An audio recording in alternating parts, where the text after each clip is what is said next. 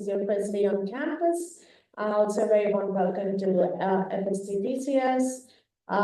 We're going to be starting just about now. Thank you for settling in. In case you missed your registration and you're missing the kit, you can do that. You can pick that up just at the start of the break. All right, so it's an absolute privilege to introduce you to our first invited speaker, Professor Pankaj Agarwal from Duke. I tried to put together an introduction and it ended up being entirely too long. So I'm now helped by Professor Pankaj. He gave me a slightly shorter one to use.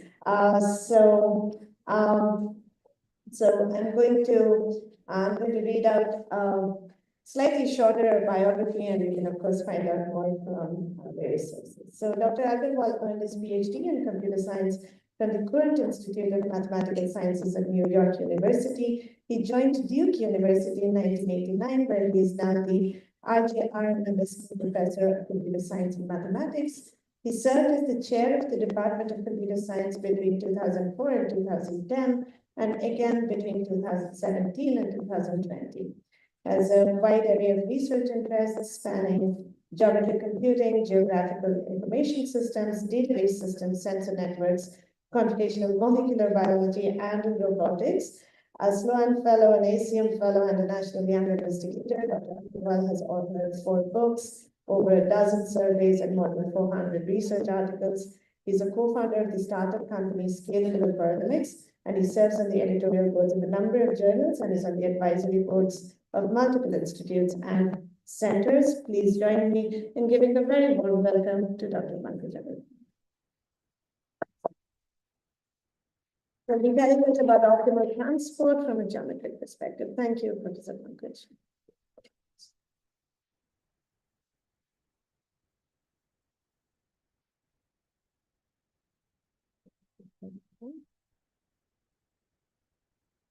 Okay. Can you hear me? All right, great.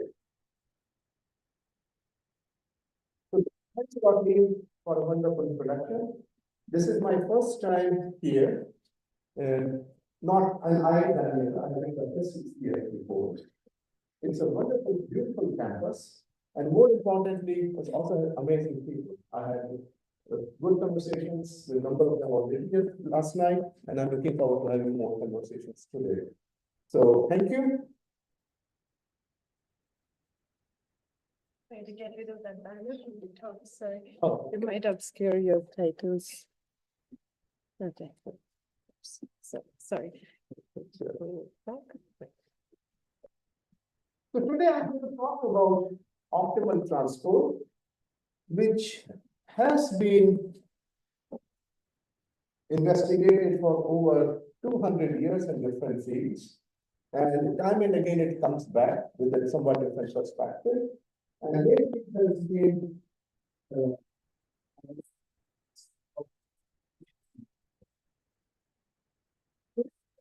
about this problem from a geometric point of view. And we'll see in a few minutes what I mean. The idea is how the geometry helps in this problem.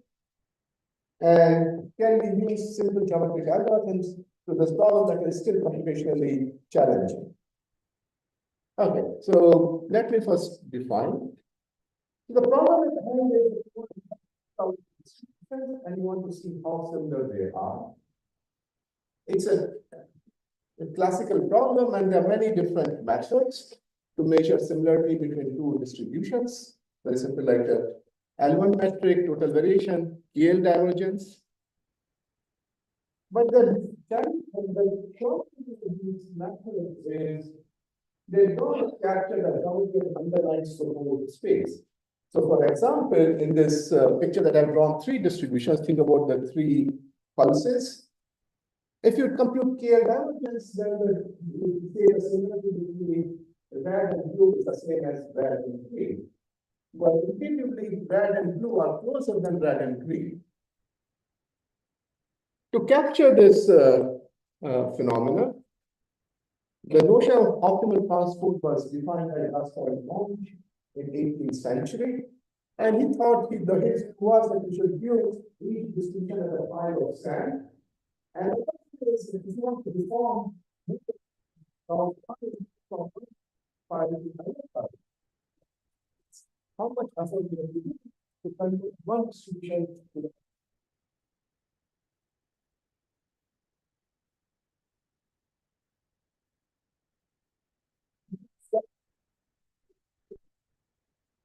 by Kedrovich. I will not go into the fine distinction between the two formulations.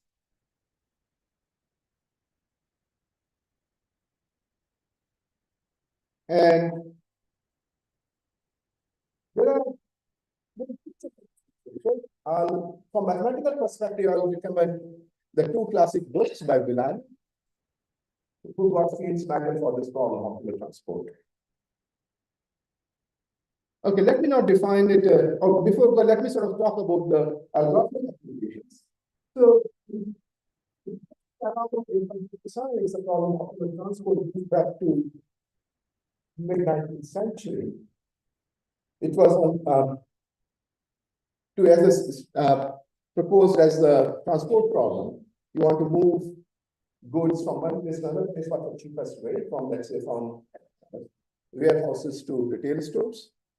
Then it got applications in computer vision to measure the similarity between images and videos. And lately, it's been also used to, as I said, to train a network, because we're trying to check with the model that we're learning how close it is to the data set.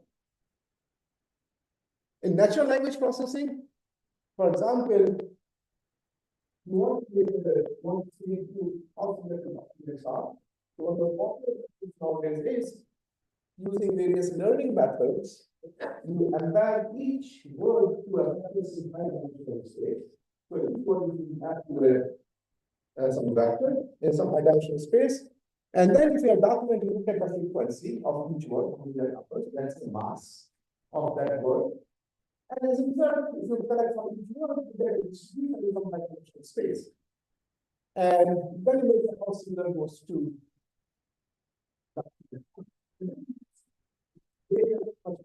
semantic similarity. If you want to learn more about the computation aspect of optical transport, I highly recommend monograph by Pierre and Katuri that gives very nice history and a lot of challenges and what's the state of art. But the state of art is changing very rapidly. So this, you may not capture everything, but it's a very good introduction. Okay, now with that introduction, let me define the problem formally.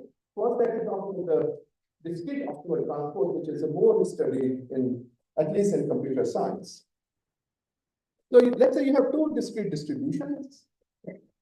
Each of them has a super one that has support A, so each of them is a, let's say, set of n points, and for each point you have what the mass on that point is, what the probability of that point, and that's of course the sum of those masses should be 1, and then have underlying cost function distance between the point sets. You can take Euclidean distance or square Euclidean distance or some other your favorite distance. Then a transport line is a coupling between A and B, because mass move from point A to point B, so that the supply and demand, the mass condition and marginals are certain conditions are satisfied. Right? So total mass that you transport from a point A should be equal to the mass of A, and the total mass that is transported to a point B should be the mass of B is. And the cost of transporting the mass is the distance between A and B. So this picture that I have shown here, let's see if I can, yeah. So the matrix that I show you, that shows how much mass is being transported between A and B. And the goal is to compute the minimum cost transport line between A and B.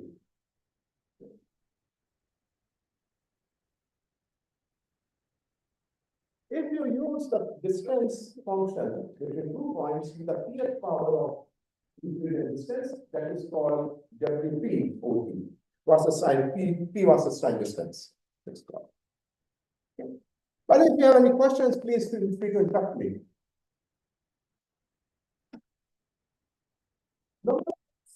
we want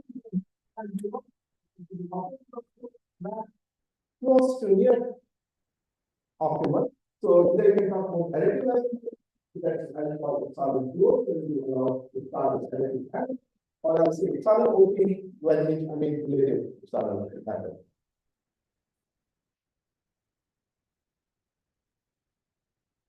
One can extend this definition for continuous distributions. Oh, before that, I should have. Oops. Okay. Now, one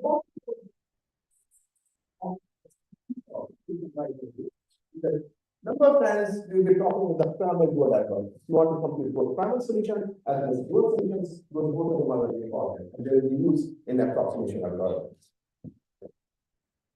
Okay, so one can extend this combination to continuous distributions. And also, if I talk about one distribution is continuous, other distribution is discrete, what is called semi-discrete optimal transport, and one part of the problem focus on semi-discrete optimal transport. All right. So what is the scope of this problem?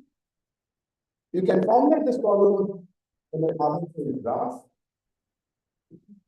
And it's a uncapacitated min-cost flow problem in biophysics. And you can use the classical algorithms for min-cost flow.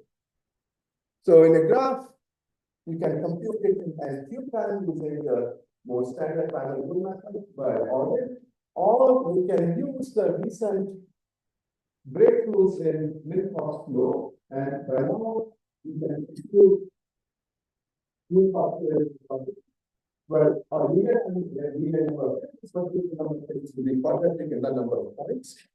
Oh, so one thing I should say is when I say n is just both sides, the number of points that is given to you. So it's a quadratic you can do.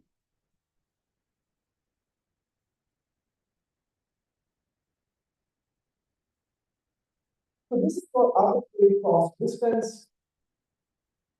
If you are in low dimensions and the cost is Euclidean distance, then you can come up using geometry, you can use similar quadratic algorithm. And there's also suggests that this is very high dimension, and these are the input, you can go to the less selective algorithm. But the problem is that even in 2D, I have two sets of points. Then we found distribution. How possible?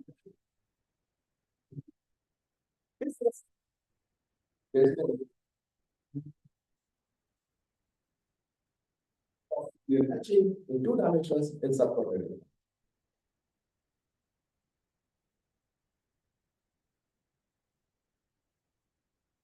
So for quadratic is too expensive, and we have to picture on nearly the approximation algorithms. So once early such result was by Joseph Chandler,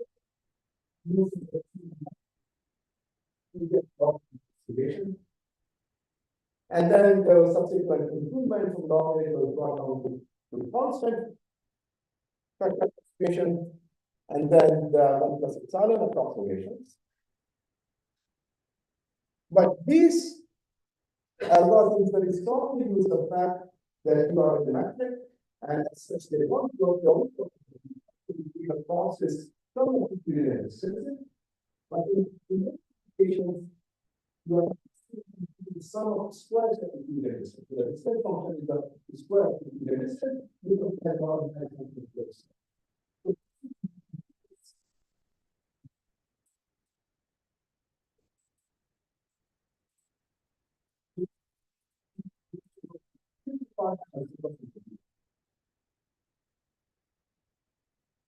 Okay. Sorry, my eyesight is not good. I can't read from this. I have to look at from here. Also, the other there is also some deterministic. If you ask a question, what are the deterministic algorithms? There is also now by now there's a near linear deterministic algorithm.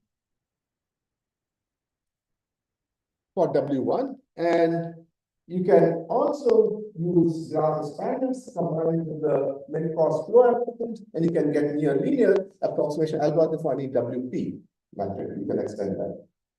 But it's a too complicated to be used in practice.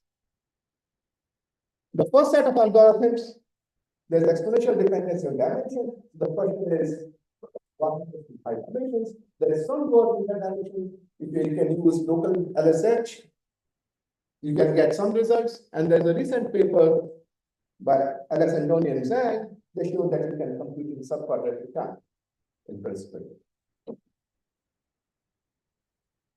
There's a huge work in machine learning. There's a technique called anthropic regularization. So it wants you, what you do is to take the original distribution, you perturb and integrate based on entropy. And then you use some iterative algorithms and you say that you converge pretty quickly. And that is used a lot in practice, and it works well if you are interested in the cost of optimal transport. If you want to transport next, then it doesn't use it.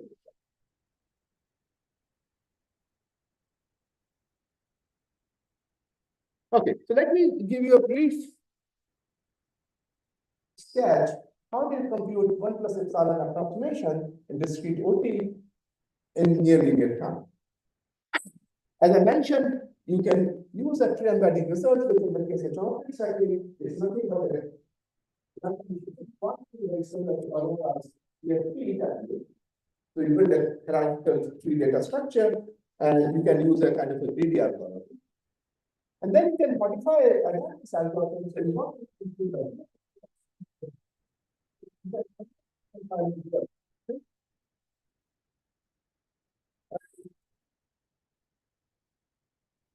Tree embedding has a log-n distortion. So if you want to get 1 plus epsilon, you add the shortcut edges in the tree, so this you get a graph which will expand.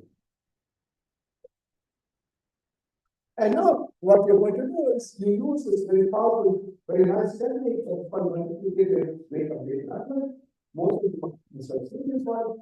If you're not, there's a nice survey by Sanjeev Arora, and I forget the third author, on multiplicative method. That sort of gives you the power of this method. You can use this method. You can use the T algorithm as and T algorithm is think of like the boost state that you have log an approximation, you use plug it to a multiplicative method. You can improve the accuracy from log and multiplicative. Which is probably one of those other square times. And the running time is get near linear. Okay. Now let me switch to semi-discrete operator. So here you have a continuous distribution. One distribution is continuous, other is a discrete distribution.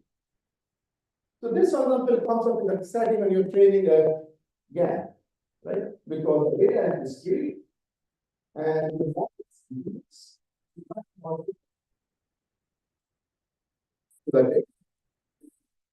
one way you sort of do it in situation, you look at the versus time distance, how close you are to the data.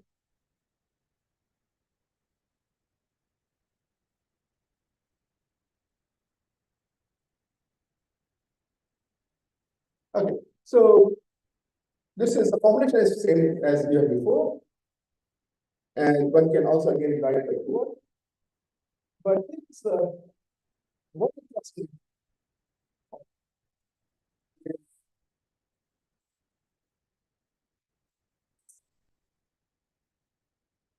There's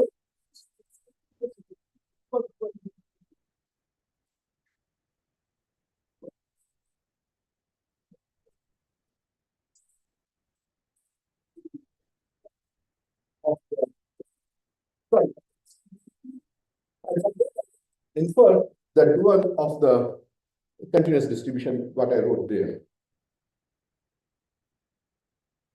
And here is one very nice result about semi-discrete OT that is being used by most of the algorithms. So what what it shows. You can show that you can assign a weight to each point of the discrete distribution. Let's say B, so assign a weight. And you can complete the weighted Barnard diagram. So, but that means a Barnard diagram, what is the point is that then anyway, in the form of variables.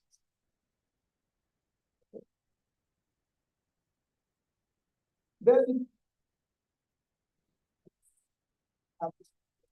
you can say all the mass that lies in the one side of point B, that goes to that point.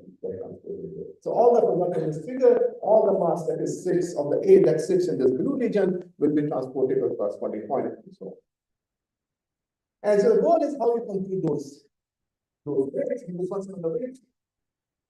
Then you can compute what the optimal transport look like.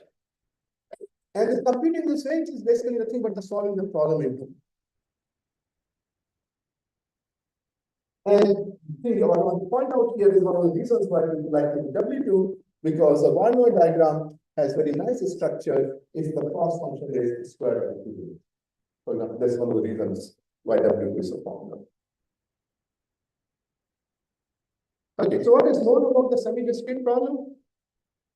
It's a puzzle with hard, slightly hard in high dimensions, but we don't know in low dimensions, in let's say 2D or fixed dimensions, whether there's a polynomial kind algorithm to compute optimal. You have to do some work with how to do this.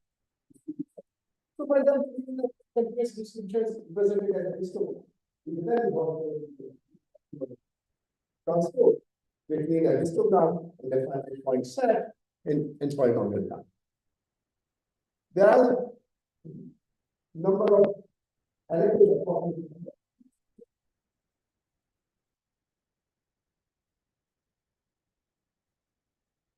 there's some work that can be scientifically measured and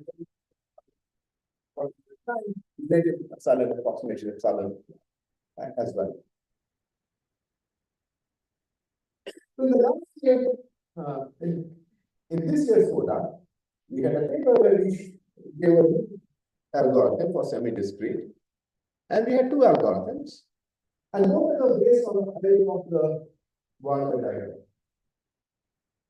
So what is called the low precision algorithm, where the idea is that instead of maintaining completely the specific Barnard diagram, I compute the approximate Barnard.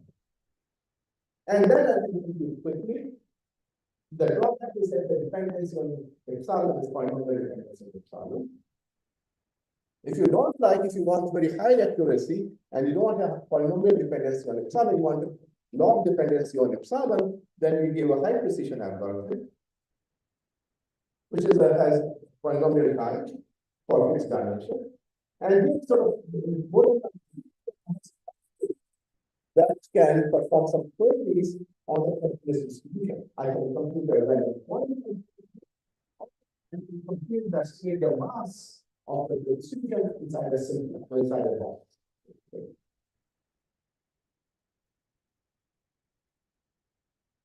The main idea which got me like the most about the second algorithm is that we managed to extend the classic computing style algorithms to the continuous set, to the discrete set.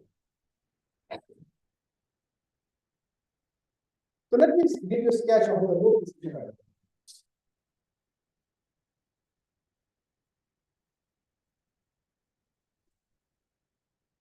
So let's say you have a distribution and I have a finite set of points.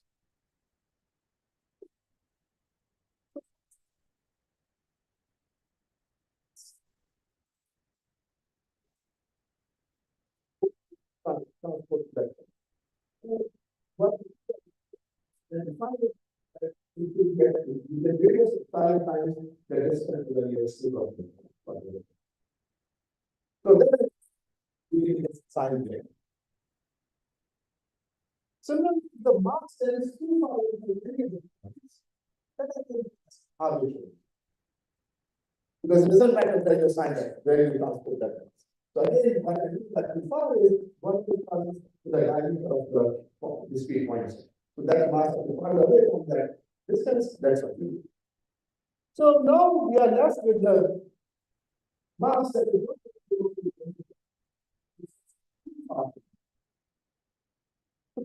that region.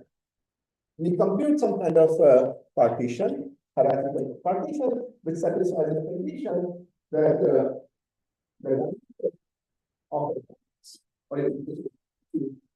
is at most epsilon times the distance to the nearest neighbor. And this is a kind of a notion of approximate one-node diagram. This is what we're really doing. And within each cell, I can collect the mass to a single point and then use a discrete OP algorithm. And then you can look at the data. So that was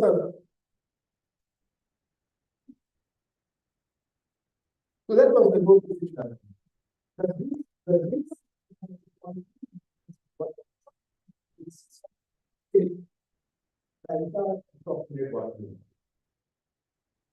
I know the high precision algorithm is that I don't compute this.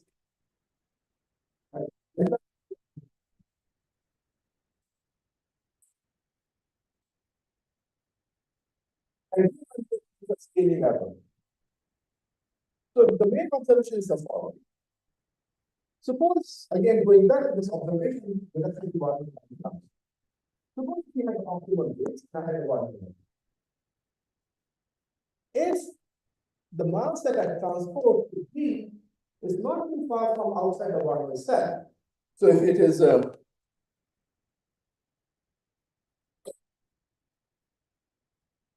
okay, so let me figure out. Okay. So here's a Barnoy cell, and if it is lies near the neighborhood of the Barnoy cell, then I can guarantee that it's not far further than the delta from the 1%, then I know that it is the delta close optimal transport. Okay. And I don't know the weights, and I'm going to learn the weights over time. Start with the repeat approximation, and slowly I will start putting coming closer and closer to the optimal weights.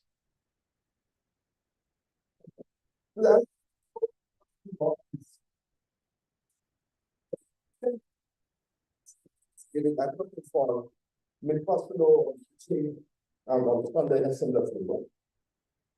So at each stage, I have some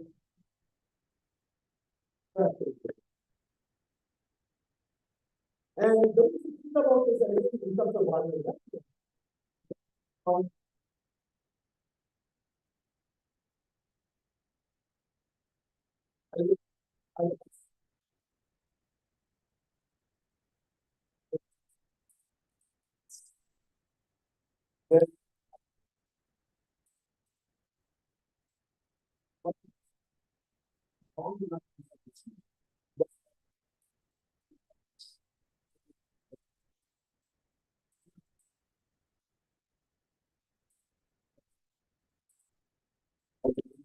this region. And as we sort of go scale from one scale to another scale, this band shrinks, and by the end, I have very good approximation of the one cells. Okay. And at each stage, I use a Hungarian style break the map. And what I'm going to use a primary goal algorithm. And use the weights that I computed in the previous step to expedite the computation instead of doing it from the scratch at each step. Okay. So suppose you have some estimation of the volume set still computed. Then what you do is you expand each cell by technically called results by going over to and overlay all these expansions. So then you get a decomposition of the space into cells. And each cell is kind of think of atomic unit. And I'm going to transport the mass there. I replace each cell by a single point. This way I'm reducing it to a discrete cell, discrete graph. So if you remember the main concept of the Hungarian algorithm is the notion of augmenting path. You find an augmenting path step and you put the mass, augment the mass along each augmenting path. So how do I define the notion of augmenting path in this setting? So I need there you have the notion of administrative edges. Here we have the notion of what we call admissible triples. Here is the idea. Let's suppose we have some region marked 7 arm. Then the point B1, the 2 points B1 and B2. B1 is closer to R, but the mass is being transported from R to B2. So of B2 to R. So it makes sort of sense that you should do it from B1, it would be advantageous for you.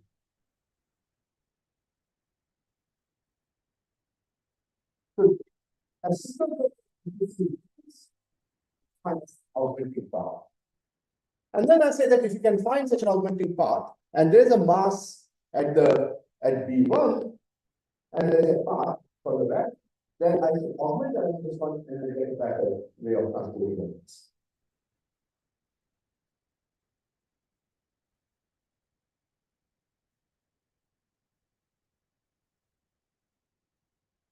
And then it's known as very traditional Hungarian style algorithm. You find a set of augmenting paths, maximum set of augmenting paths, you augment the path, and then you update the weights.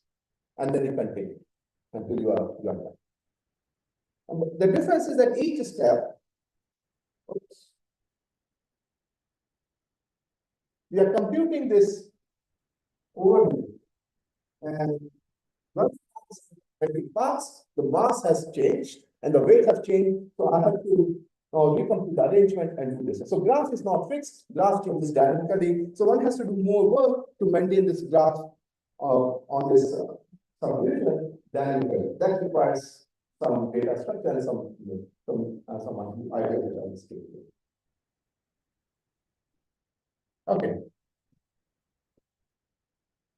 So far I talked about computing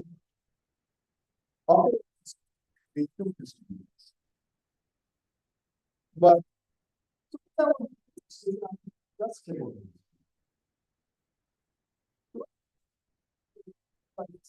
is frustrating. What is the notion of cycle? So what is the notion of cycle?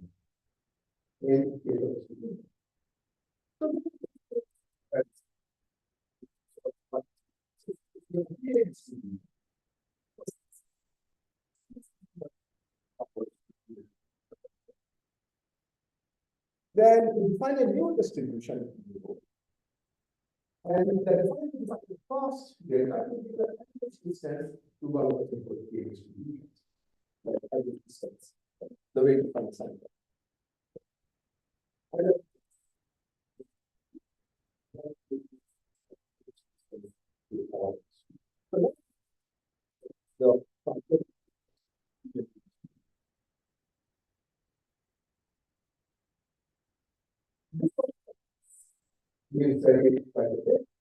the people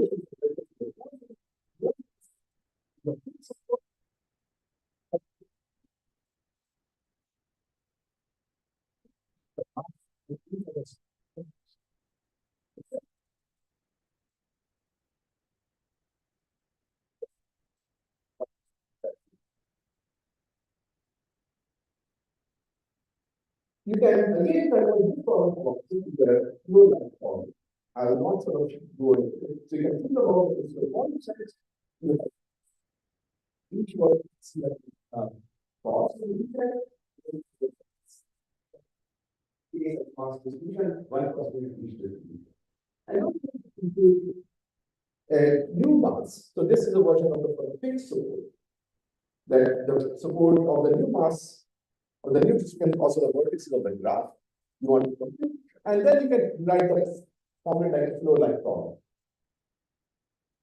But it's not the quite the linear cost flow, so you have to do that standard machinery to solve this problem.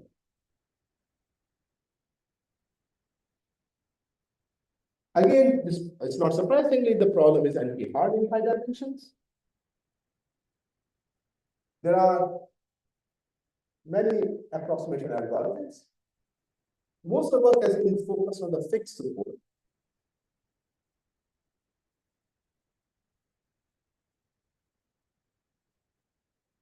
There's one nice algorithm which is for the free support that's based on ellipsoid method, and that can compute the Ellipsoid close approximation by using ellipsoid method And the question is, are there good, fast approximation algorithms to compute the center?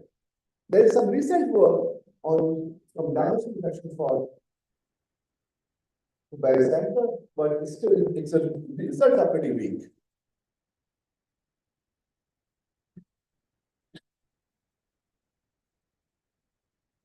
So what we show is we have two results. The main result is that if the graph on which you want to solve the is then you can compute an optimal barycenter, exact barycenter in time roughly linear in the input.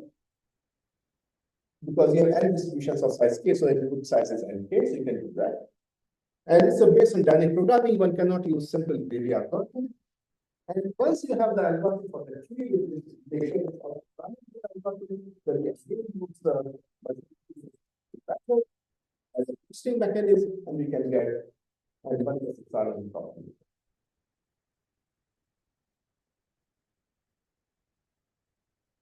So let me sort of tell you briefly about how the tree algorithm works, because it's counterintuitive. First, we thought that a simple bottom-up linear algorithm should work for trees. But it turns out that is not the case. And actually, there's a paper in a machine learning conference that did the linear algorithm, and the later they found that it had problems. So let's say we have three distributions, which are drawn as red, green, and yellow. And as you start pushing the mass up from the leaves, when you reach a node, you have a mass in all of the distributions, then you open a mass, put a mass of the new distribution here. And otherwise, the rest you propagate up. So for example,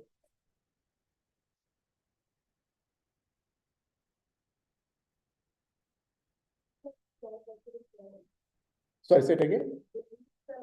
No, so leaves are where the mass is given to you. Right? So mass is given to you at the process with the leaves, and then you want to say where should you open the new distribution mass for them.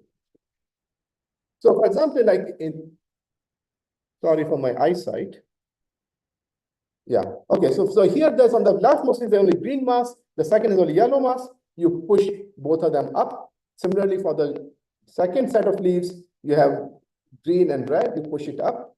And once you reach this node, here you have mass for red, green, and yellow. So you can open a 1 unit of mass here for the barycenter. And the red is still, you have access of red, you push the red up. And here you get the green and yellow mass, and the root you open another one, because you have all the three masses.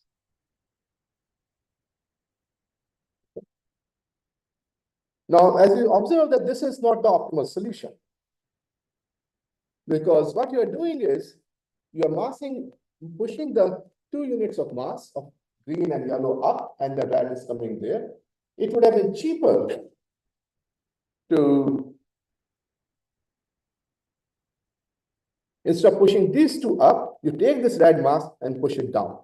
Similarly, here also, you're pushing the green and red both up, and yellow up here and open mass here. It would be better if you take the yellow and push it down here instead of pushing red and green. So optimal solution would look like something like this. So as a result, we have to use dynamic programming to figure out where should you open the mass for the barycenter distribution.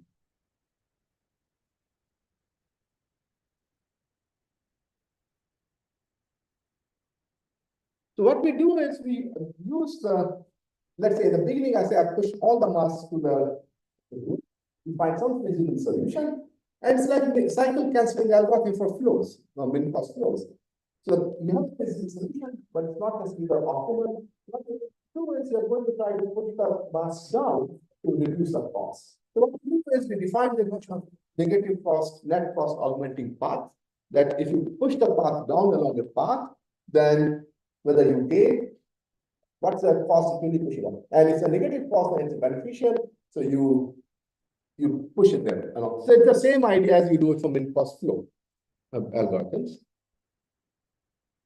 We want to maintain primal and dual solutions. and prove that if you find the most negative augmenting path, negative cost augmenting path, then you can always push it from the root down. That simplifies the problem, and you can use some dynamic structure by Slate and Target that we use for Maxwell to perform this augmentation very quickly. And putting the whole thing together, it gives you near linear algorithm. Okay. When you go to the equilibrium cycle, for example, I don't know the fixed support. The first one we show is you can complete the small size support, and that will give you near optimal solution. You don't have space as the for the support set. You can quickly complete a small set S as a candidate support set. And then you again, the way you do for optimal transport, that once you have the tree, you can convert expander and build again, formulate this flow-like column on this spanner that I built. Okay. And I'll not go through the details, but at each step of the multivariate method, we use the tree algorithm, long and expression, tree algorithm here to compute the solution, and then use a multivariate update method to update the flows along various edges of the graph. And the idea is the following: the basic idea is the following, that when you compute on a tree, so for example, look at the two nodes U and V. Along the tree, there may be a lot of distortion on the cost. And use the idea use a complementary slackness. If you're sending a flow from U to V along the tree, then the difference in the values of potential difference will be precisely the cost of the path along it. On the other hand, if there is an edge, the distance UV is much smaller than the cost of the long path, then you push some flow along UV. So shortcut the path. So in the beginning, you're sending the flow on the tree along the tree edges, but then slowly start pushing it down using shortcut edges that we build to build the spanner. And omitting all the details, what you can show is that the whole thing converges into NK time. Okay, so let me conclude by talking about some of the open problems. So what we discussed so far, the idea is that exploiting geometry, develop fast and simple algorithms that exploit the underlying geometry. So most of the things that I talked about in today's talk is about low dimensions. So one of the main challenges is what happens in the high dimensions. Can I push some of these ideas to higher dimensions and how much we can squeeze? But even low dimensions, despite all the work, there are still some very fundamental problems that are open. For example, as I said, we don't understand whether the quadratic time is in fixed dimensions, or it is possible to compute with a matching or a transport even in 2 dimensions in subquadratic. Earlier, I thought that n-squared cannot be improved, but after the recent breakthroughs in Maxwell, I'm no longer sure. Maybe there's a subquadratic algorithm. Semi-discrete OT, again, we don't know whether the problem is in P in fixed dimensions. And the same thing about the barycenter. We don't know whether the barycenter problem is in P. Now, for some of the machine learning applications, when you're training a network, you just don't solve one instance of it. It's a trick that because you start the method of data weights, and you want to solve OT one after another each step. And you don't want to start from scratch. But you do is you already do your data weight distribution in a little bit, now you want to know how much you want. So this is the way to update your OT cost quickly in the dynamic setting.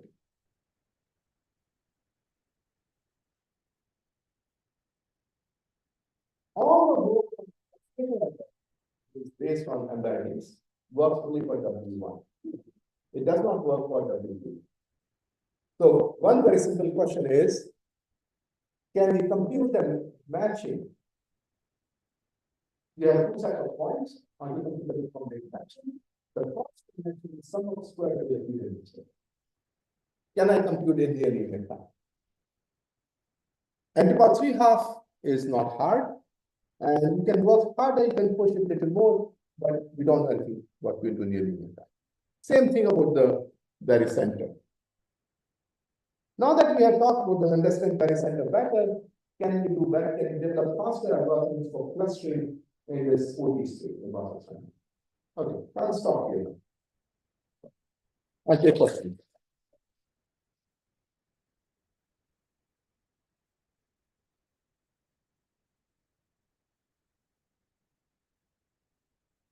I think we have a couple of volunteers somewhere armed with mics, so please make sure you ask your question into the mic.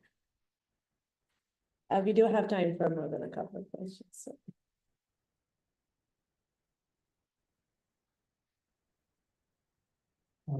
Could you please go to real code sites?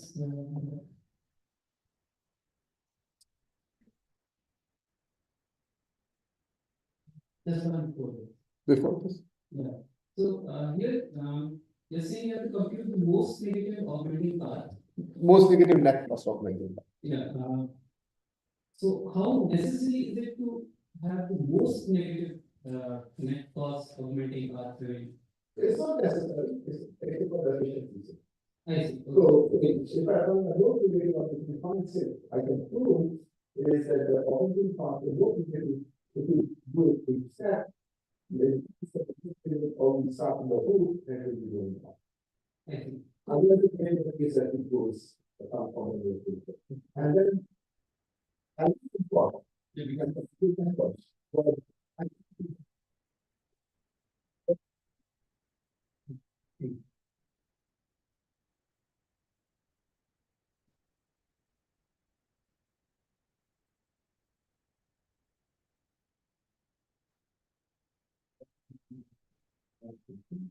yeah. Maybe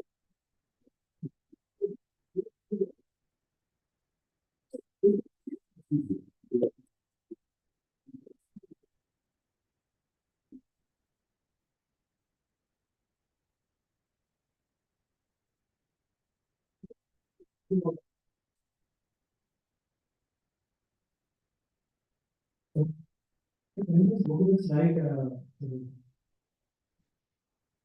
it's like Very also. So this is on the OT stuff. Oops. Oh, well, that's it. Okay. Let's get it to presentation.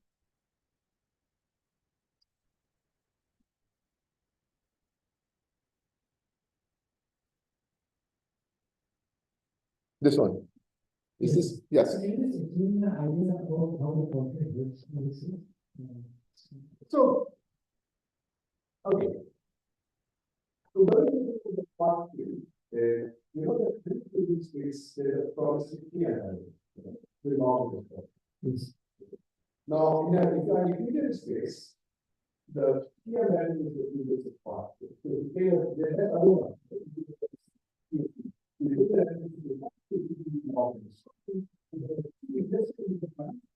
the big algorithm that we go about is that points that we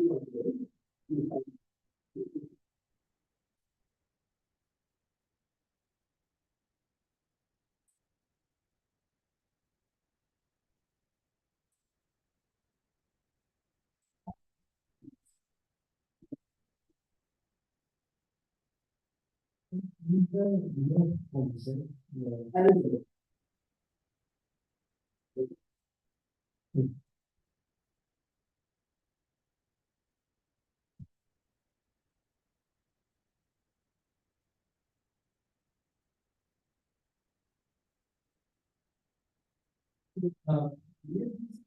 Like Arun said, we described that for the Euclidean distance is like the L2 norm. So are there some which generally work for other LP norms, maybe L1 or? yeah, I can go here. Oh,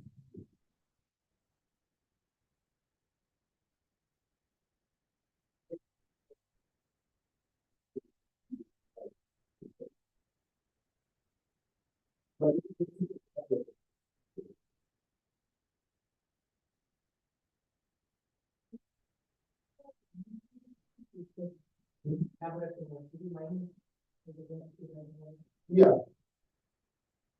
So,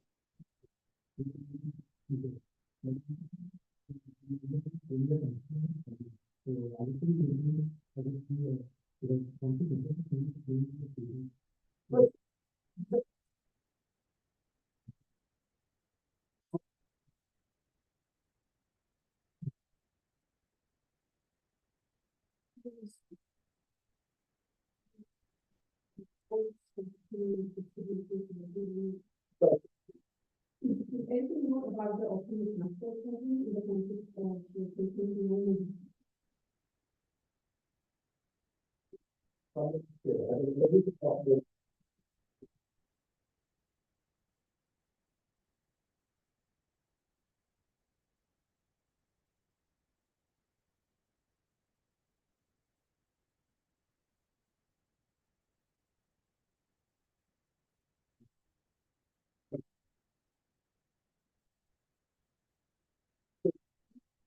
Yes,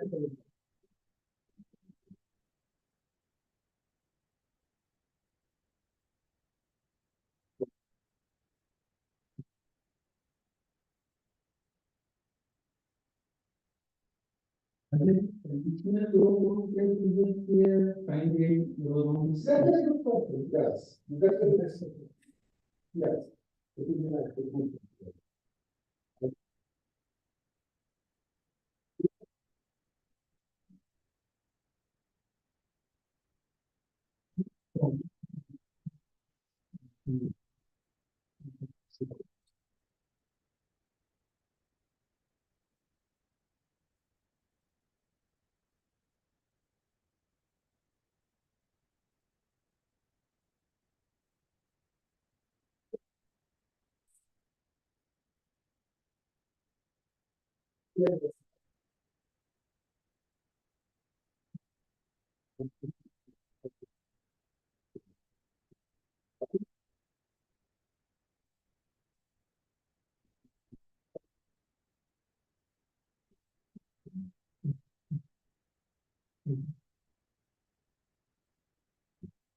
We did start a couple of minutes late, so we have time for one final question, maybe.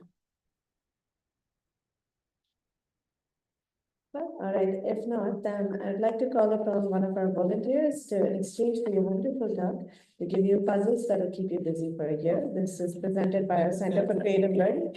So, and in the meantime, let's thank Mr. Pankaj for an amazing, amazing talk. Thank you so much. You might want to grab a picture before. Oh, we go. sure.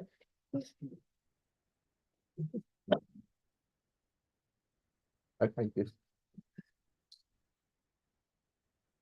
All right, just stay put for a couple of quick logistics announcements, if I can get this up.